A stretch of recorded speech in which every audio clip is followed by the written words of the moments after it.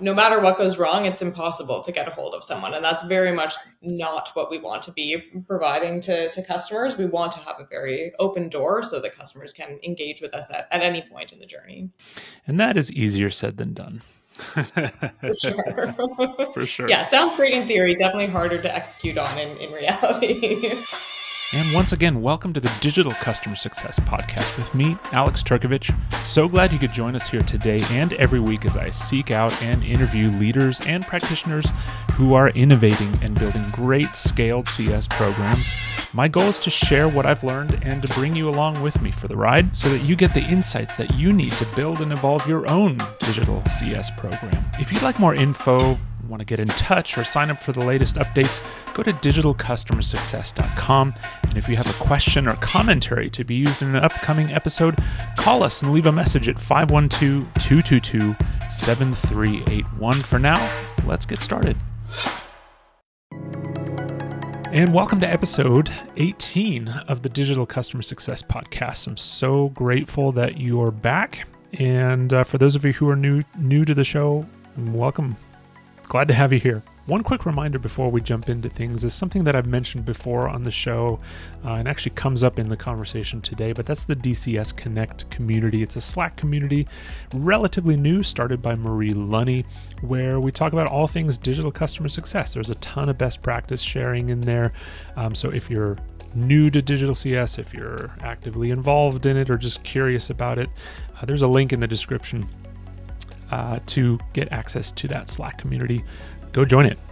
For today, I am so pleased to have Kailey Killoran on the podcast, who is Director of Customer Success and Digital Engagement at Loopio. Kailey and I started talking quite a while ago. I want to say maybe a year ago or so. And one of the unique aspects of this conversation is that you'll get to see and hear from somebody who's in the throes of building up a digital program.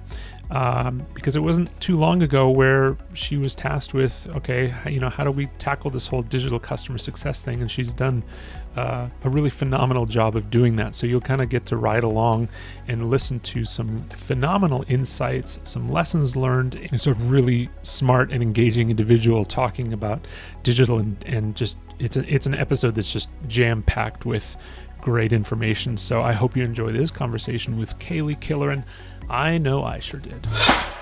We have been chatting for, I guess, a few months now because our companies are, what is it called when you're in the same portfolio? Is it a sister? Are we sister companies? What is that? Some kind of familial relationship, I'm sure. Yeah, exactly. But, we've been chatting for a while because, we're obviously CS leaders at adjacent companies and rapping about digital. And I was like, we need to have you on the podcast and chat about what you're doing in digital, because one of the reasons I'm excited to have you on is because we haven't talked to a lot of Canadians. So there's that. And but we also haven't talked to a lot of people who are in the process of kind of getting the ball rolling in terms of digital and being in the weeds of that. And I know that's been hot and heavy for you. So Kailey, that was a super long intro, but welcome to the podcast. And I'd love, before we get into like all the exciting stuff that you're doing, I'd love for you to give us a little bit of taste of who you are, what led you to CS, and what keeps you in CS. Yeah, for sure. Well, thank you so much for having me. I'm excited to chat today. And yeah, we are doing it totally differently up here in Canada. So I'm sure we'll have lots to dive into. Lots of maple syrup and That's a key part of our digital success program. But yeah, so I'm the Director of Customer Success and now Digital Engagement at Loopio. And I had kind of started my career in sales, had started in sort of business development, moved into essentially an AE role, and then started managing sales teams, and then moved over into account management, and then eventually customer success. And I would say my specific journey into customer success was, really when I made this move from account management to CS, I really started to try and unpack what are the differences and how do you think about a customer success team differently from an account management team. And I really had this sort of light bulb moment around how much the maturity of your product plays into what the customer success function means at any given business. And so at the time, I was at a company where we were going through this transition and sort of evolution of our product, where we really required CSMs to fill less of a gap in the product than they were previously. And so that was kind of my introduction into how do you define a CS role and what does that mean? And what does it mean for a very early stage startup versus a scale up, et cetera? And how does your sort of product maturity play into that? And then at Loopio, when I joined the team, I was working more so with our mid-market CSMs, and then became more focused on our SMB segment over the last, I guess, about 18 months. And naturally, a big part of that has been digital customer success and CS at scale. And even over the last few months, we've continued to grow that function within the business and really started to revise how we think about digital CS and CS at scale. So I'm sure lots for us to dive into today. Yeah, absolutely. A little bit more about your background too, because I think if I read correctly, you were a poli sci major, That's undergrad correct. Yeah. and graduate, right? Yeah. And where did that, like? I am the epitome of somebody who doesn't use my degree. All right, I got an arts degree in music, right? So whatever. But what? Talk to me a little bit about that, because that's a whole different world. And do you utilize those skills? I would imagine you use them probably daily, but Yeah. what is that? It's funny. I think people have a very different experience of, getting an arts degree or a poli sci. I think very much falls into that same bucket of, degrees that people wonder what the eventual use is. I Yeah. think for me, I didn't necessarily have the expectation in going into my undergraduate or my graduate degree that I was doing this to get a specific job or because I thought it was the degree that was best set up to support me in the workforce. This is going to sound really nerdy, but I just love learning. Like, I am really an academic at heart, and I love politics. I love political philosophy. I love the overlap of that with law.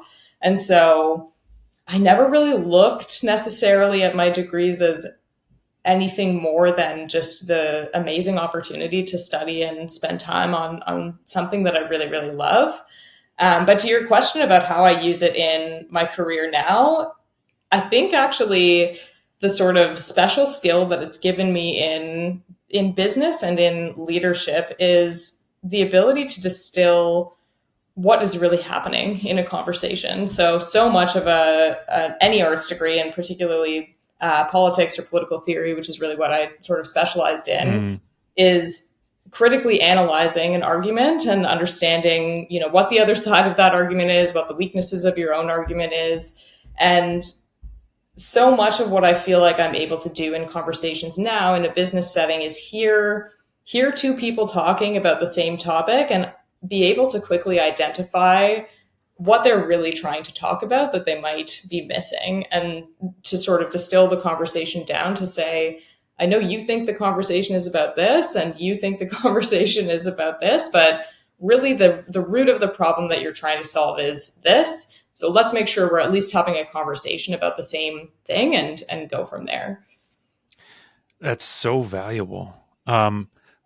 Wow. I mean, as you're talking about it, to me, the word or the phrase that comes to mind is emotional intelligence, like hyper emotional intelligence. Like you can put yourself in the shoes of the people talking in the room and see the different sides and then know how to like integrate with that, right?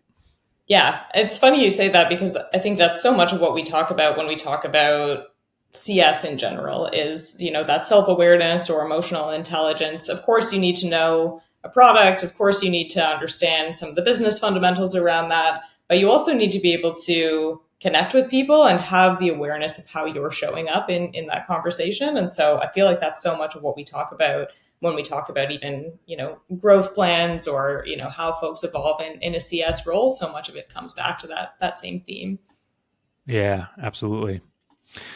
Also related to your background, it seems that you obviously started in a sales capacity, but you ascended to leadership quite quickly. in your career, and I'm curious if that was a conscious, like a goal, like a conscious decision, where you just a badass and got promoted quickly. Was it a combo of both? And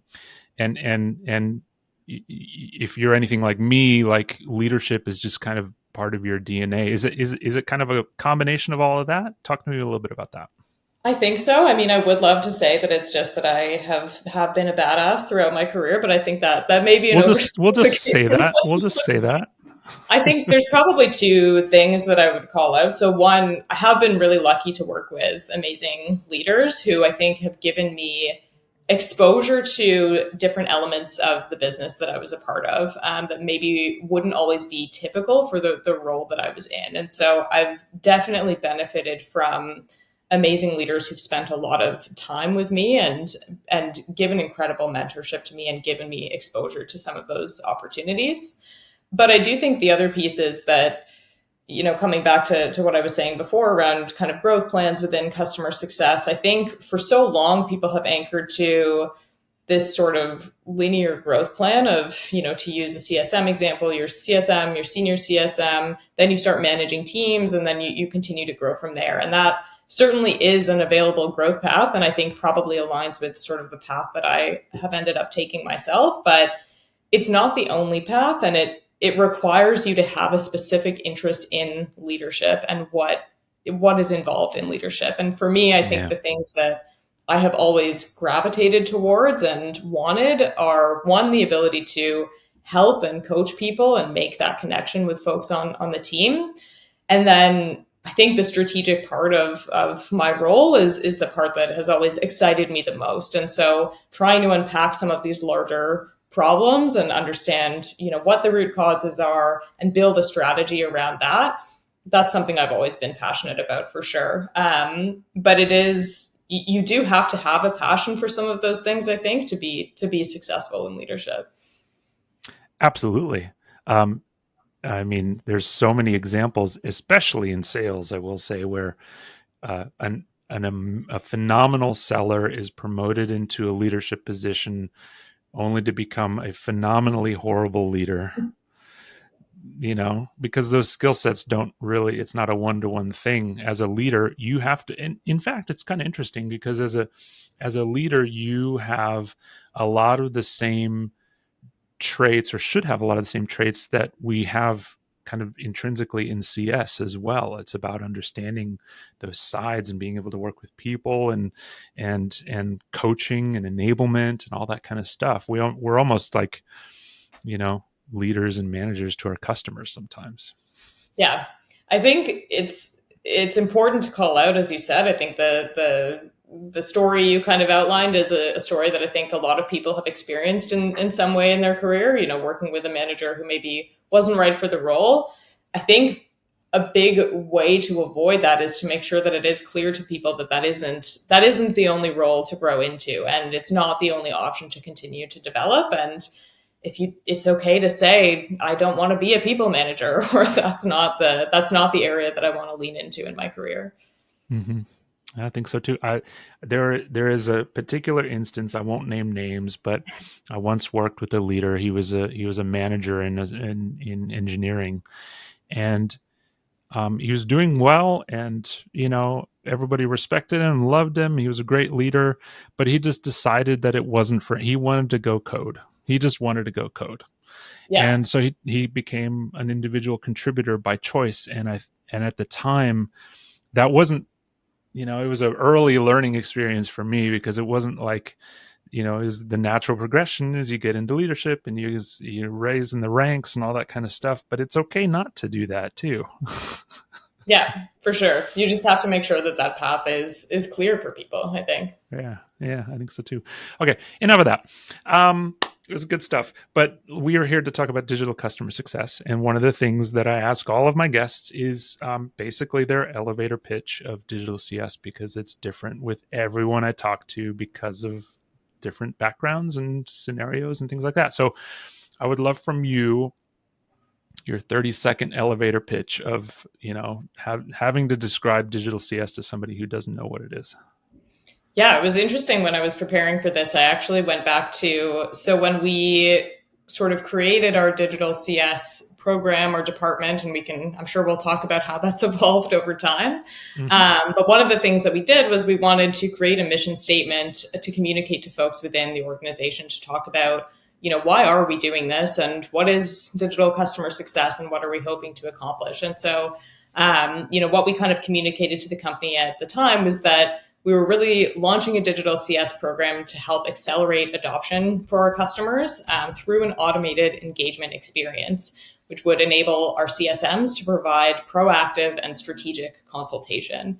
And, that's certainly evolved since we sort of originally launched the program. But the two things that I would definitely call out that are important within that are that one, it is a strategy that affects and services all of our customers. We really wanted to make clear that this is not one small segment of customers that will benefit from this type of support. And we also wanted to call out that there's very much an external focus, of course, with how we're supporting customers, but also an internal focus when we think about how we can scale the experience for our CSMs or folks on the CS team. So important. And it's funny. A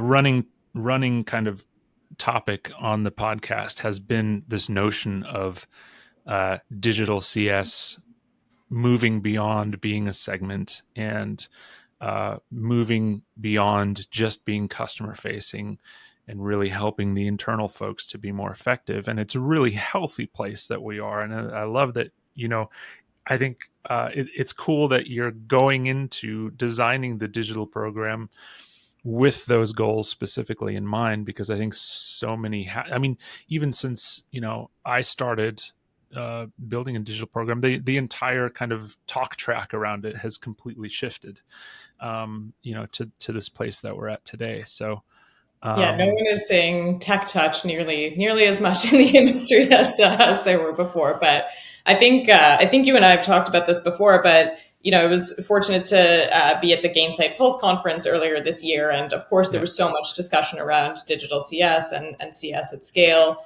and a lot of that discussion, to your point, centered around this idea that digital is a strategy. It's not a segment, and it was a good learning for me because when I initially heard people talking about that at Pulse, my thought was, yeah, of course, like that's how we've always positioned it internally. It's a strategy that is going to benefit all of our customer base and a lot of our internal stakeholders as well. But then the learning really came to me when I sort of understood how some other teams were, really perceiving what we were doing with digital CS, despite, thinking that we had gone out and explained to the company that this is a strategy that benefits all of our customers. I think there was still a lot of just older thinking about, people still have the perception that it was just about this small digital segment of customers. And so Mm. even having thought that that was sort of the language that we were using, it really made me realize and made us rethink how we sort of wanted to rebrand ourselves internally to make clear that that was for sure the initiative we were working towards.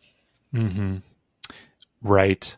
It's not, you're not just, I think the assumption is, hey, you're just sending emails to this subset of customers. Yeah, for sure. And I think you bring up a really amazing point, which is to say that, there isn't, it's not enough to build a strategy and vet it with the executive team and then go and build it in whatever CSP or whatever tool you have. There's the internal socialization of this is what we're doing. These are our intentions and all that kind of stuff. Because one of the sticking points that I've run into in the past is hey, look, you've got a marketing team that's doing stuff. You've got a support team that's doing stuff. You've got a product team that's doing stuff. There's surveys going out. There's emails. They all look a little different. And so I guess this kind of segues into the next question, which is I feel like we get a little bit of a bird's eye view in talking to you as to getting a digital motion up and running, which is unique. And thank you for your vulnerability there. But how are you at Loopio kind of looking at organizing around digital CS? How are you, not just communicating that out, but also coordinating with the other functions around you? Yeah. So I think there's probably two areas of that I would call out. So one, I think everyone has a different experience of this depending when you decide to launch a digital or scaled CS program. I think if you're really lucky, you find the sweet spot that is kind of not too late and not too early. I do think it's very easy to launch too early and not have built the appropriate amount of trust with your customers in order to be able to engage with them in that way.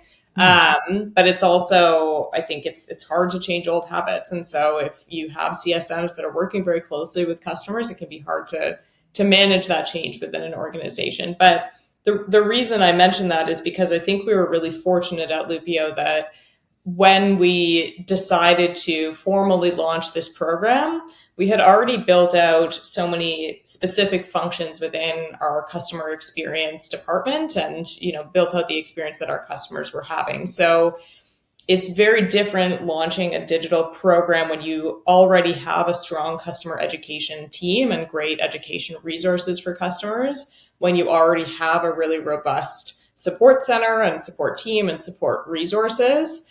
And so then you really are, I think the challenge that we have sort of been working towards is, okay, how do we then replicate the strategic advice that CSMs are providing today through digital or scaled resources? So that's kind of Mm-hmm. the initial problem that we have been looking to solve in creating sort of version one of our digital customer success journey. I think that's very different. If we were doing it a lot earlier, we'd be thinking about, okay, well, how do we just get these baseline resources set up so that we can get customers, not coming to CSMs with support questions or not working directly with CSMs for training or that kind of thing. So that probably gives some context as to the world in which we were launching this digital program. Yeah. Then the second piece, which I think you touched on, and there's so much to dig into here, but really comes down to trying to drive as much clarity around roles and responsibilities as possible. And I think there's probably some areas where Mm. we did that really well, and then probably some areas where we definitely had learnings in terms of who owns what and how do we make sure that it's clear. I think the biggest areas that we really leaned into at the beginning were, thinking about from an operations perspective and the systems that we're going to support our digital CS programs. To what extent do we want CS owning the strategy and execution? To what extent does revenue operations own the strategy and execution? And I think that the difficult thing in here is that there's always going to be some areas that overlap. There's never going to be a totally clear cut, you just do this and you just do this, and then we'll be good to go. So we define those roles and responsibilities right at the beginning, but we've also been open to learning about what's been going really well, and then areas that we maybe had some opportunity to change. I think I think the relationship with operations, marketing, education, and how we've thought differently about bringing that into our CS at scale structure. Those are probably the biggest three that I would call out as sort of areas of potential confusion Yeah. to try and get ahead of. So a big part of what we've tried to do from the beginning is at least attempt to define those roles and responsibilities, and then of course be open to changing them along the way. And it gets more complex too when you start talking about um, cohorts of customer by like status. Like, are you going to do the same thing with your at-risk customers that you are with your everything's hunky-dory customers? Absolutely not. And so who owns that bit, and like where does that, it starts to branch really quickly and get complex really quickly. So I appreciate the challenge for sure. Yeah, we've definitely had some learnings along the way, and I'd like to think we're doing it better now than we were 6 months ago, and I'm sure 6 months from now we'll also have some learnings to share then. It's really hard though, because 6 months in most of our lives professionally is ages, right? Everybody's moving fast, everybody's doing a ton of stuff. It can be really hard to lose sight of the improvements that you've made over time. And I think a big part of implementing a strategy like that is like celebrating your wins. Is like, hey, look, this is where we were 2 quarters ago. This is where we are today. Uh, we're not where we want to be, but we're a heck of a lot better than we were before. Yeah, I think that's super important to call out. And actually, so when we launched our digital CS program, I think one of the key things for myself and for other leaders was we brought someone in to really own that program, because we sort of had this large goal of, yeah, we're going to launch a digital customer success program, but if someone's not working on that all the time and doesn't have it as their main priority, it's just too overwhelming. We hired someone on our team, Jace, who leads our digital CS efforts, and she has been amazing in terms of taking ownership of that. But that's what you highlighted is something that she and I have talked about a lot, which is, I know we have this grand vision of where we're going to get to, but it's really important to pause and think, this one communication that we're sending out now that doesn't seem like it's that hard, but took 6 months to set up. You really have to stop and celebrate those wins, because to your point, we're probably never going to get to the final version of the grand vision. Once we do, we'll just create another vision from there. So if you don't stop and celebrate those wins along the way, it can feel really overwhelming. Totally. Absolutely. Absolutely. You touched a little bit earlier on tooling, and there's a pretty large camp that would basically say, yeah, tooling doesn't matter. You use what you have, et cetera, et cetera. Some people with really strong opinions on that. I like to nerd out on tools. So we're going to nerd out on tools a little bit. What does your tech stack look like? What are you working with? And how do you see that evolving? Yeah. So I would say that the three main tools that we're using today are Gainsight as our customer success platform, and then we use Pendo for in-app guidance, and we use SkillJar for our customer education program. I think what I see evolving over time is that our tech stack will evolve to become more holistic. And I don't mean that to say that we will consolidate tools under one platform, or that, we need to be using one group of tools. What I do mean is that we need those tools to talk to each other in the right way. And we need the same data and reliable data to be accessible in each of those areas. So how do we make sure that we're leveraging the gold mine of information that we have in, our customer engagement with our learning station courses? How do we use that to inform the experience that they are getting through our digital programs that are generally set up in Gainsight? So I think the biggest shift or evolution that we'll see is making sure that those integrations are either very robust, and then of course I know there is a lot of consolidation of tools happening within the market as well, but I don't think that's necessarily the approach that we need to take. But we do need to make sure that the data is the same and reliable across all of those systems. Yeah. My experience, and I would imagine yours is similar, in, I'll call it plunking a digital motion or digital CS program on top of an existing business that's had years of legacy data and all that kind of stuff, is that really the data requirements for a healthy digital program are in some cases vastly different from the data requirements of your traditional kind of CS and sales relationship. Like, there are things that we need to run digital programs that may or may not be captured in Salesforce, or may or may not be there, or are different in different systems, just because people haven't needed that data to be the same across systems. And so I think, what that brings to mind to me is that anyone who is implementing a digital program, especially into an existing business, you're going to have to get in the weeds on data. I mean, that's just the way it is. And I'm curious what your experience there has been. And also, on a related note, like, what other barriers have you encountered, or are you still encountering, that you're actively kind of solving for? I mean, if you know anyone who has gotten the data piece perfect, I would love to chat with them. So we've definitely encountered I some don't. barriers. I think a couple of the things that I would highlight. So one, it can be really overwhelming to dive into this, because there is so much data that you can pull in. And I don't think anyone wants to make the decision off the bat that we want to close the door on access to some of that data, but you do really need to work through where do we want to prioritize? Because it's going to require so many internal resources to make sure you have access to the data you need, even just one small piece. So saying we just want to bring in everything and then see what we can do with it is not, it's not a helpful strategy. So that's one piece, I think, is just working through the kind of prioritization. And so for us, is it, do we need additional product data? Is the data from our education team or our learning stations, is that where we want to prioritize? So really working through that is important. And then I think this comes back actually a lot to what we were talking about at the beginning in terms of surfacing the importance of digital CS initiatives across the organization, because we rely so much on other teams to ensure that we have the right access to data. It's not something that we can do on our own. And so it's not just communicating the need, it's communicating the impact of the program and making sure that other folks from engineering or operations are all bought into that so that you have the support you need to actually get that access.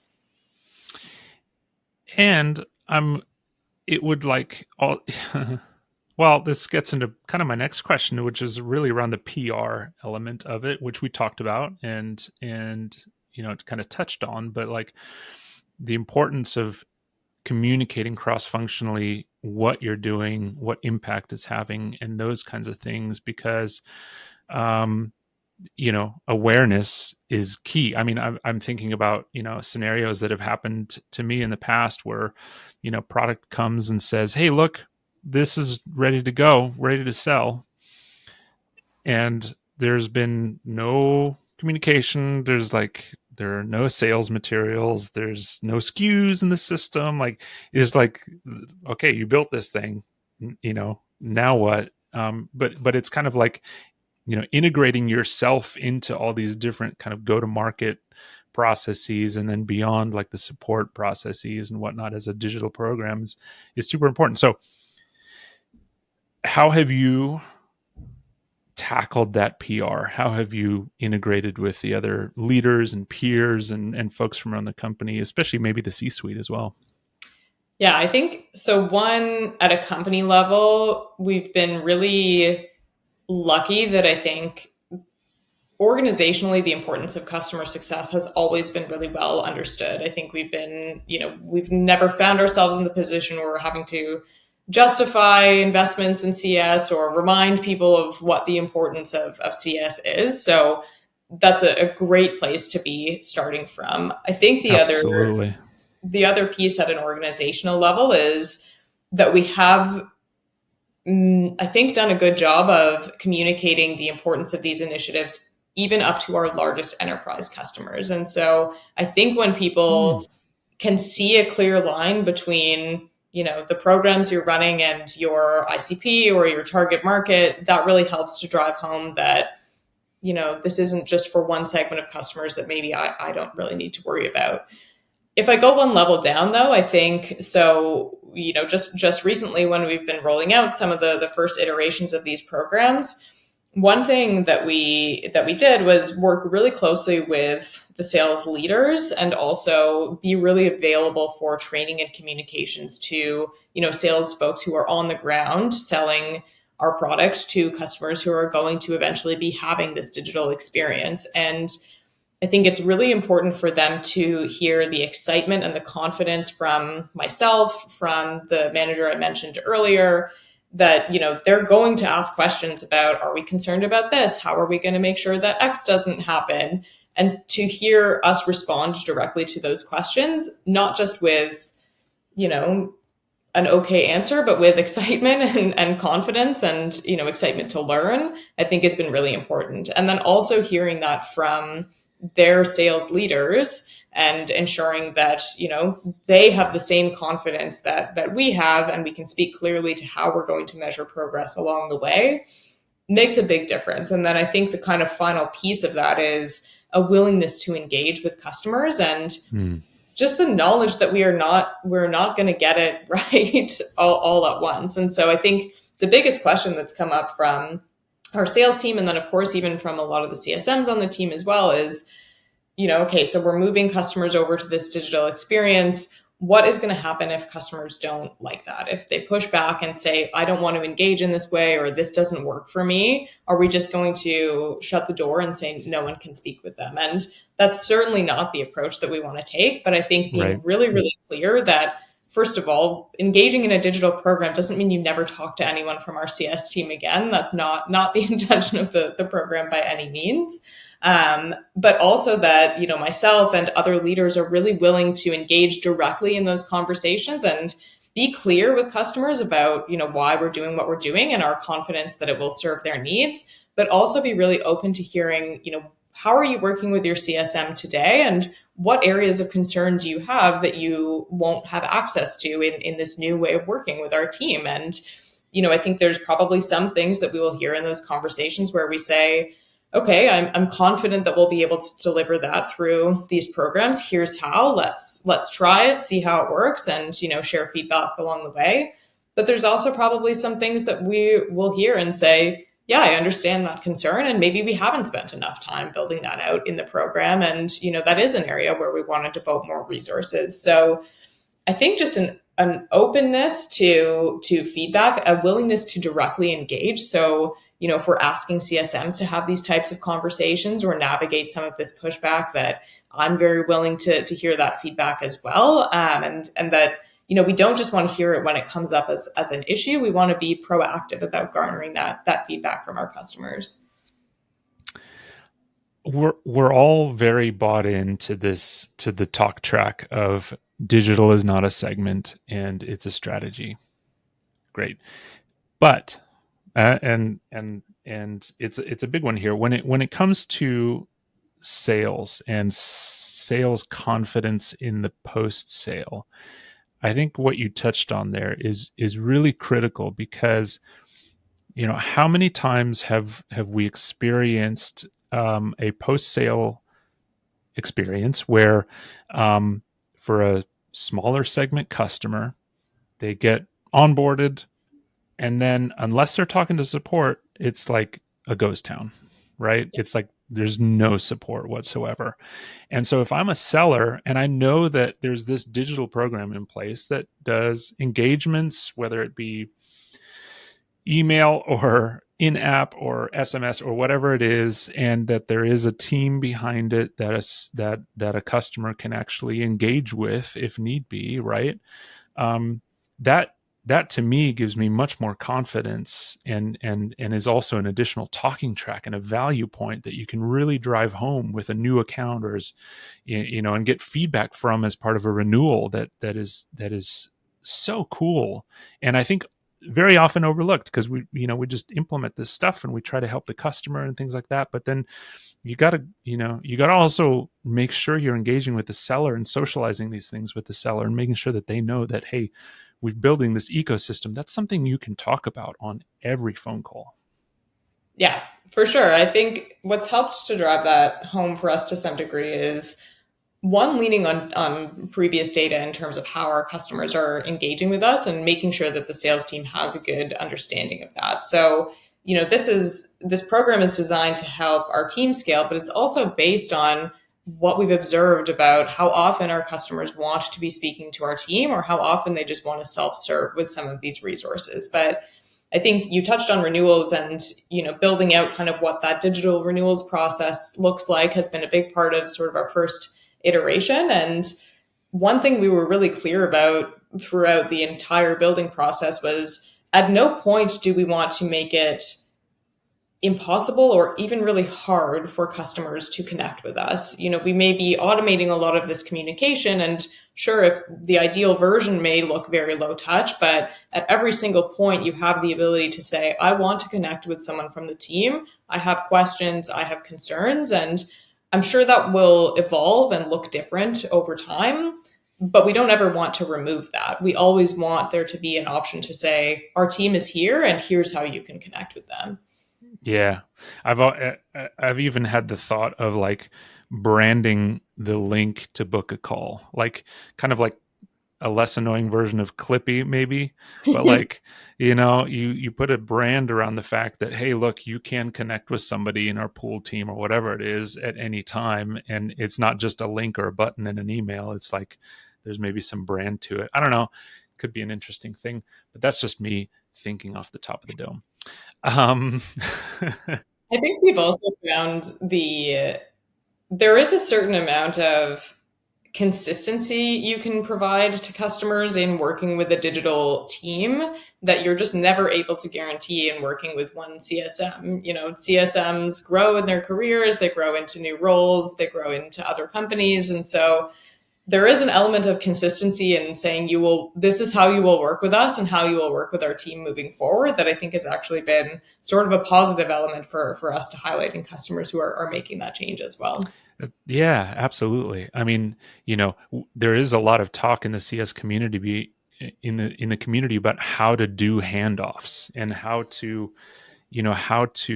hand off not just between sales and post sales, but then to your point, CSMs inevitably shift around and you have to reassign accounts, and it's a big pain in the butt for the customer and for the leadership and for the CSMs involved.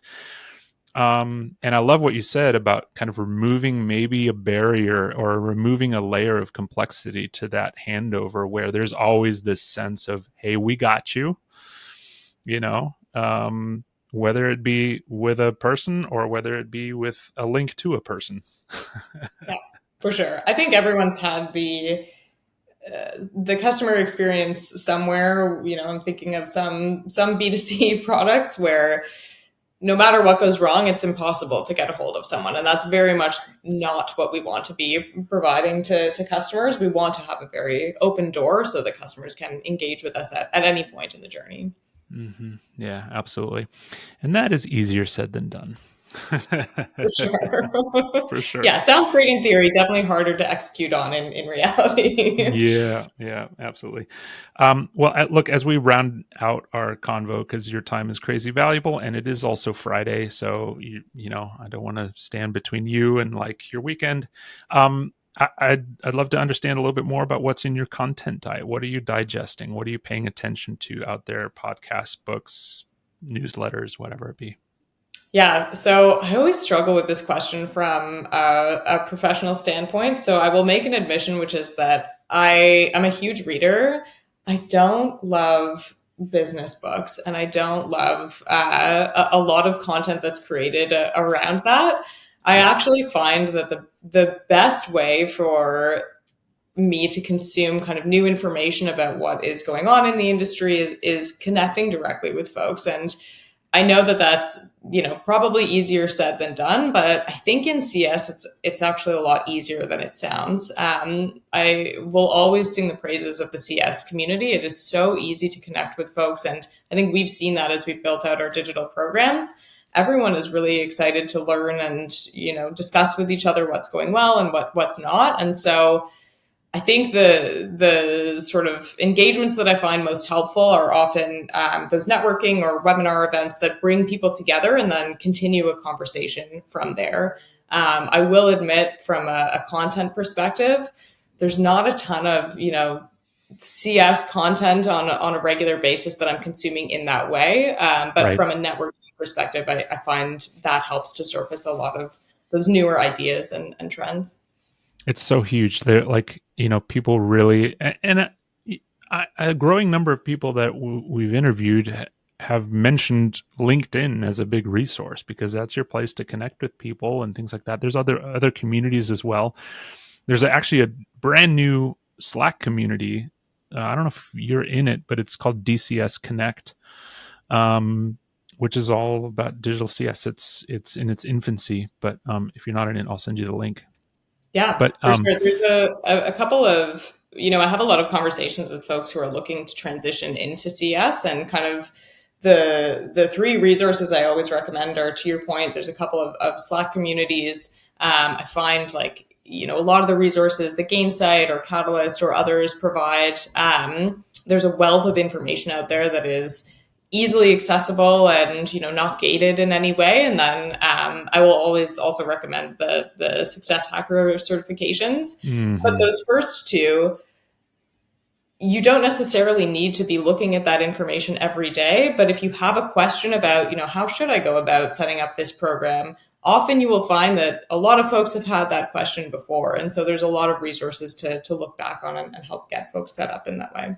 There really are. And to your earlier point, the CS community has no shortage of people that are willing to hop on the phone, really at no matter what level. Like people, people are very generous with their time in CS, which is so cool. And yeah, it's cool.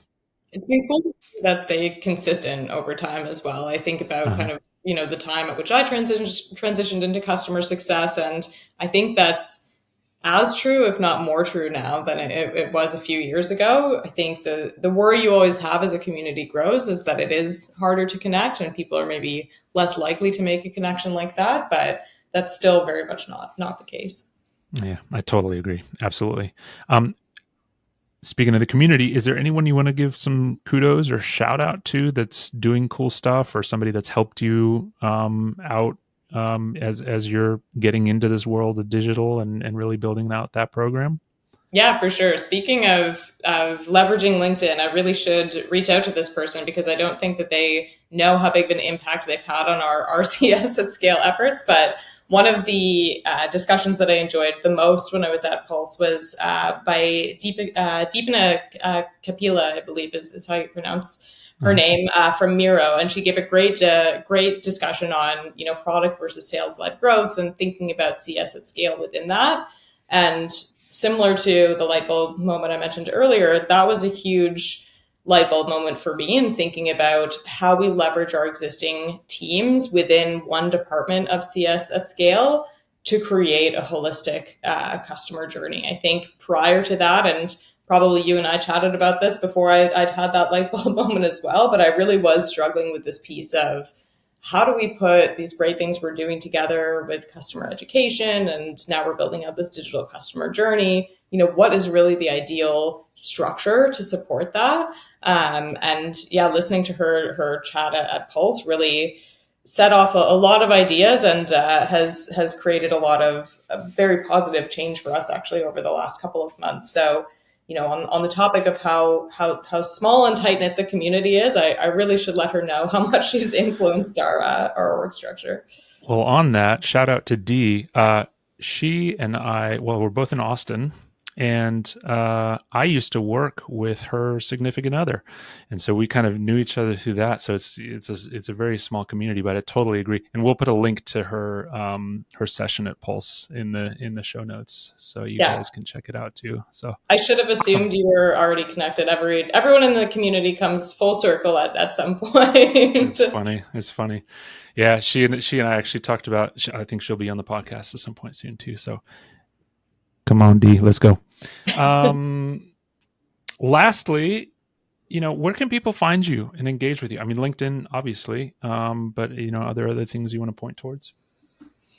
I think LinkedIn is probably it. Honestly, I'll typically share semi regularly there, and I'm always happy to connect. Like I said, it's been really rewarding for me to I see how much some of these messages have resonated with folks, and also to have the ability to kind of directly mentor and coach folks who have connected with on LinkedIn. So I'm always happy to connect there, and have been really grateful for the opportunity to provide some of the mentorship back that I've been lucky to receive early in my career.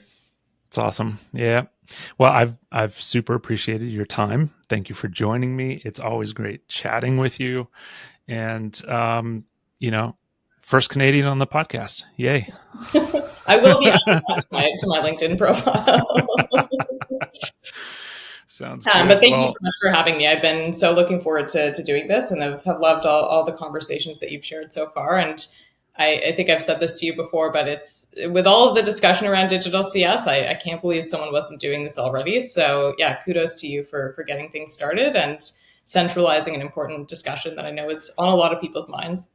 Just riding the wave, man. Just riding the wave. It's all good. Yeah. Thank you for your time. Thank you. Thank you for joining me for this episode of the Digital Customer Success Podcast. If you like what we're doing, consider leaving us a review on your podcast platform of choice. It really helps us to grow and to provide value to a broader audience. You can view the Digital Customer Success definition word map and get more details about the show at digitalcustomersuccess.com. My name is Alex Turkovich. Thanks again for joining, and we'll see you next time.